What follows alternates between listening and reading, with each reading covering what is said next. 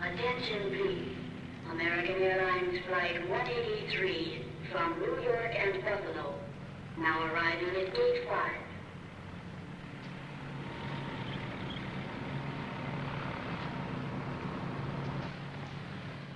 You know, sometimes when looking through old movies to review, I see a title that just catches my attention. And Three Guys Named Mike. Yeah, I had to check this one out. And you know what? It was a lot of fun. The story here is about an airline stewardess who becomes romantically involved with a pilot, a college professor, and a businessman, all of whom share the name Mike. But which one will she choose? Well, this was a fun and silly romantic comedy that also gave a window into the early days of commercial air travel. And I'll give a quick summary of the film and then talk about what I liked about it. Well, the film opens up with actress Jane Wyman as the character Marcy Lewis. Now, she's just getting started as an airline stewardess, or airline hostess, as they called it back in the day, and we see her going through her training. And hey, one of her instructors is Barbara Billingsley. Maybe in addition to teaching them about being stewardesses, she can also teach them how to speak jive. Well, Marcy completes her training and is soon serving in her role as an airline hostess, and we see some of her initial misadventures as she forgets to bring lunches on the plane. Seems kind of odd that would be a responsibility of an air hostess, but whatever. As well as some of her earlier rough spots learning to deal with certain passengers. But soon she learns the ropes, and she's really doing a great job once she gets established. She moves into a bungalow with some of her friends from stewardess training, and soon she is involved romantically with 3 different guys, all named Mike, who all seem to have an interest in her. Now, the 3 Mikes are actor Howard Keel, who plays the dashing airline pilot, who initially seems annoyed by her. There's Van Johnson, who's a poor science researcher who teaches her all about bioluminescence. And Barry Sullivan, who is an advertising executive. Well, which Mike will she choose? You'll have to watch the movie to see. This was a breezy and fun romantic comedy, and I'll let you see how things end for yourself. According to Wikipedia, this one is in the public domain, and I have it linked below in the description. You can find it all over the place online. Three Guys Named Mike was released in 1951 by MGM, and it was directed by Charles Walters.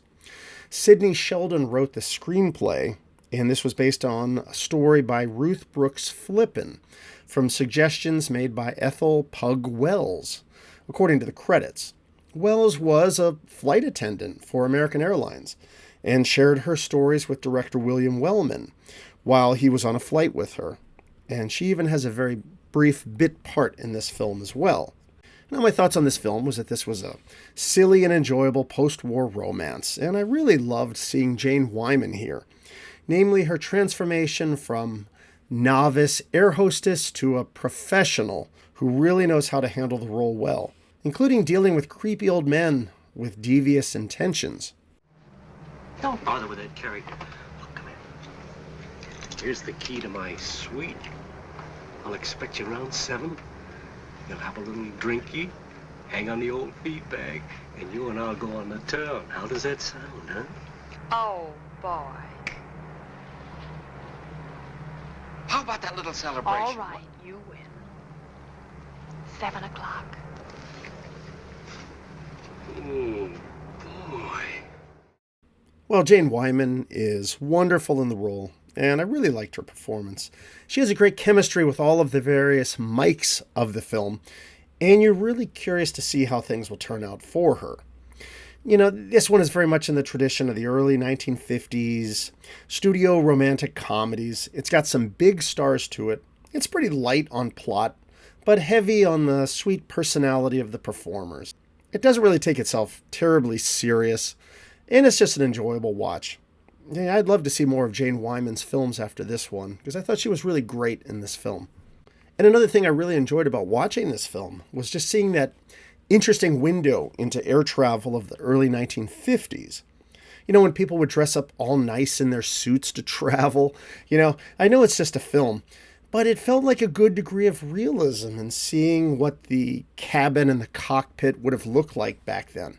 I can't help but wonder what airline food was like in the early 1950s, too.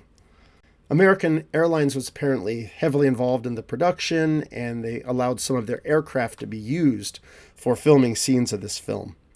And, I thought it was really cool to see the Douglas aircraft used through the film. The specific airliners featured in this film were the Douglas DC-6 and a Convair 240. And my understanding is that the DC-6 was this big, powerful plane. It was built for post-war airline travel. Now, look, I'm no expert in planes, but I did a little research. And I just think these planes are so awesome to see in this film. The Douglas commercial planes, when I see them, they remind me of films like Raiders of the Lost Ark, when, Indy was traveling from Nepal to Cairo. Although I think in that case, I might have been a DC-3, I'm not sure. You can let me know in the comments if I'm mistaken.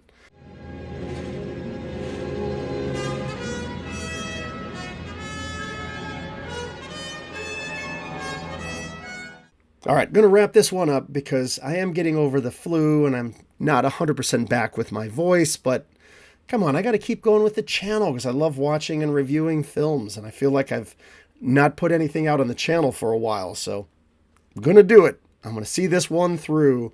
Three Guys Named Mike from 1951. It was a fun and enjoyable romantic comedy, and Jane Wyman really shines here.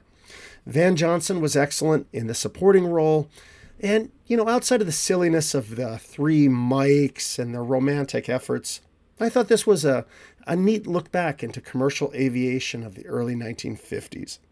It's a cute film, and it's one worth checking out.